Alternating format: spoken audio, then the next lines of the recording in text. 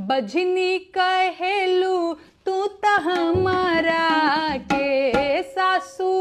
बजनी कहेलू तू त हमारा के, हमरा होई है होरिलवा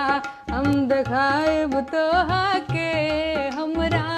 होई है होरिलवा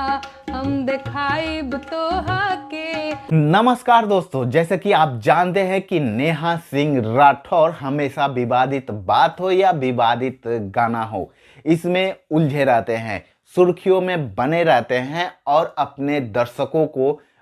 हमेशा वैसे बात उठाते हैं जहां पे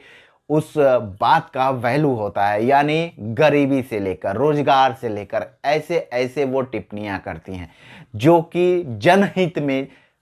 अच्छा होता है। तो ये जनता का जो बात उठाते हैं वो काफ़ी लोगों को चुभ जाता है, लेकिन इस बार जो ये बात उठाए हैं वो हम आपको सुनाएंगे और गाना भी सुनाएंगे कि वो कैसे गाना सुनाएंगे। लेकिन उससे पहले दोस्तों आप हमारे YouTube चैनल को सब्सक्राइब कर ले, प्यारा सा बेल बटन दबा दे ताकि हम नेहा सिंह का ऐसे गाना और भाषण सुनाते हैं। बजनी कहेलू तू त हमारा के सासू, बजनी कहेलू तू त हमारा के, हमरा होई है होरिलवा हम दिखाएब तोहा के, हमरा होई है होरिलवा हम दिखाएब तोहा के। अपना मम्मी के बुलाएब अपना पापा संगे, अपना मम्मी के बुलाएब अपना पापा संगे, मम्मी हलवा बनई है हम तरसाएब तोहा के, मम्मी हलवा बनई है हम तरसाएब तोहा के। गोतिन बजनी कहेलू तू त हमरा के, गोतिन बजनी कहेलू तू त हमारा के, हमरा होई है होरिलवा हम दिखाएब तोहा के,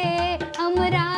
होई है होरिलवा ना बुलाएब तोहा के। अपना भौजी के बुलाएब अपना भैया संगे, अपना भौजी के बुलाएब अपना भैया संगे, भौजी कमर दबई है हम तरसाएब तोहा के, भौजी कमर दबई है हम तरसाएब तोहा के। ए ननद बजनी कहेलू तू त हमारा के, ननद